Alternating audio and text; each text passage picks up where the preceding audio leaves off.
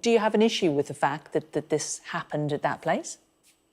Yeah, I agree that it's an artistic stunt, and that's what Banksy does. I think another thing about Banksy's art is it's quite often politically linked, but quite politically ambiguous at times. And I think that what people were quite shocked by when these images came out was the visual impact rather than anything sort of any intention to censor artistic expression. People saw a boat that represents human beings making a journey that has cost many human beings, including children, their lives, human beings who are homeless and destitute and desperate for help and security, bopping along over what looked like an amazing rave.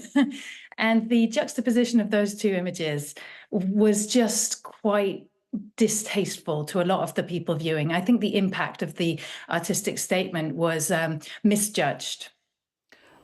Laura, Dr. Foley, what would you say to that? I think that's entirely the point. I mean, we see this migrant boat on a sea of incredibly privileged young people. I mean, you know, they were having the time of their lives. They're all young. They're all well, actually, I think they're mostly elderly millennials, aren't they, to be able to afford tickets to Glastonbury? But they are all privileged, hugely privileged, in that they're not worrying about if they're going to die tonight. The people on those boats coming over, that is their concern. It's not about, you know, which food truck am I going to eat from tonight? You know, which fancy little flashing light hat am I going to buy?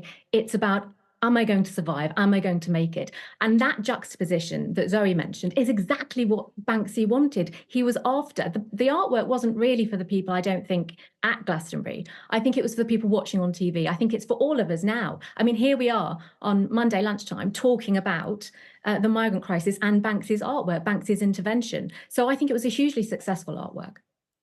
Zoe, what would you say to that? Well, a couple of things there. One is that, unfortunately, we have no lack of conversation about migrant boats crossing the channel. So it isn't an issue that desperately needed a light shone on it.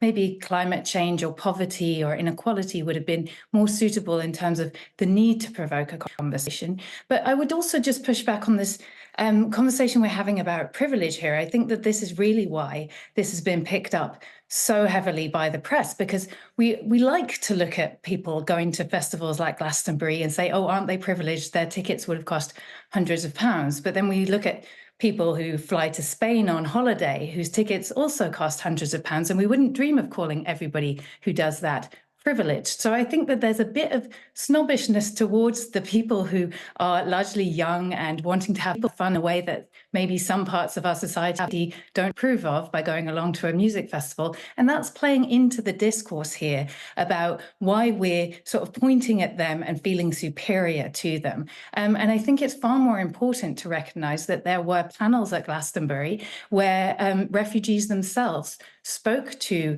the people attending the festival.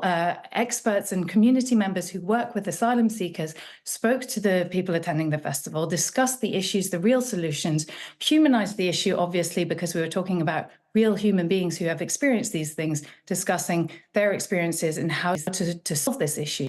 And I think that that's a far more effective way of going about it than, you know, this quite ambiguous semi-political artistic statement that doesn't really have a lot of artistic merit in and of itself, that brings up a topic that we already talk about far too much, and that overall just missed the mark for a lot of people. Okay, I'm getting a sense that you absolutely